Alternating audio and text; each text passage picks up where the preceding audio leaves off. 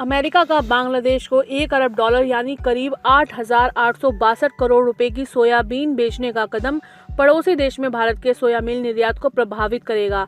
इससे निर्यातकों की चिंताएं बढ़ गई हैं, जिन्होंने सितंबर में खत्म हुए 2024-25 तेल वर्ष में पहले ही शिपमेंट में सुस्ती देखी थी। बांग्लादेश पारंपरिक रूप से भारतीय सोया मिल का सबसे बड़ा खरीदार रहा है, लेकिन 2024-25 में शिपमेंट 46% घटकर 1 लाख टन रह गया, जो पिछले साल 3 लाख टन था। Soybean processors association of India के कार्यकारी निदेशक DN पाठक ने कहा कि बांग्लादेश अमेरिका से सस्ती सोयाबीन आयात कर रहा है, जिससे 2024-25 तेल वर्ष में निर्यात गिरा। अब उन्होंने अमेरिका के साथ $1 अरब की सोयाबीन खरीद का बड़ा करार किया है, मतलब भारत से नहीं खरीदेंगे। यह चिंता की बात है।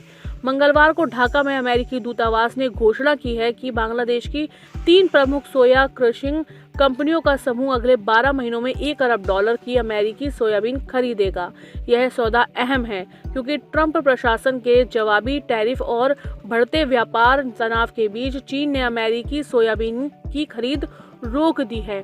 रिपोर्ट्स के मुताबिक बीजिंग ने 19 नवंबर से कुछ कृषि उत्पादों पर टैरिफ हटाने की घोषणा की है, लेकिन अमेरिकी सोयाबीन पर 13% शुल्क बरकरार रखा, जिससे दक्षिण अमेरिकी आपूर्ति की तुलना में यह कम प्रतिस्पर्धी हो गई। कमजोर निर्यात घटनाएं आने वाले साल में भारतीय सोया मिल शिपमेंट पर दबाव डालेंगी। DN पाठक ने 2025-26 तेल वर्ष के लिए कहा कि अभी निर्यात का परिदृश्य अच्छा नहीं लग रहा। स्थिति अनिश्चित है। कितना निर्यात होगा यह कहना मुश्किल है। सब वैश्विक कीमतों पर निर्भर है। अगर कीमतें और बढ़ी तो हम प्रतिस्पर्धी हो सकते हैं। भारतीय सोया मिल वैश्विक बाजार में महंगा है क्योंकि यह नॉन GM है। आमतौर पर यह GM सोया मिल से करीब $100 प्रति टन महंगा पड़ता है। 2024-25 तेल वर्ष में भारतीय शिपमेंट 5% घटकर 20 लाख टन रहा, जो पिछले साल 21 लाख टन था। ईरान और बांग्लादेश से मांग घटने की मुख्य वजह थी। हालांकि जर्मनी, फ्रांस और नीदरलैंड्स जैसे यूरोपीय खरीदारों की मजबूत मांग ने गिरावट की भरपाई की।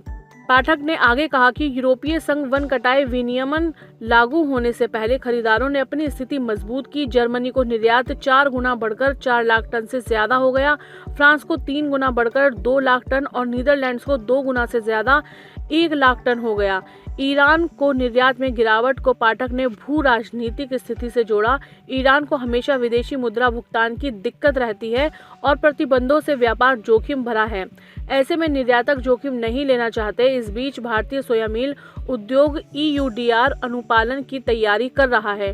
पाठक ने कहा कि हम कई पहलुओं पर कड़ी मेहनत कर रहे हैं। मुझे लगता है कि हम EUDR का पालन कर निर्यात जारी रख पाएंगे। मध्य प्रदेश सरकार हमें इन नियमों में बहुत मदद कर रही है।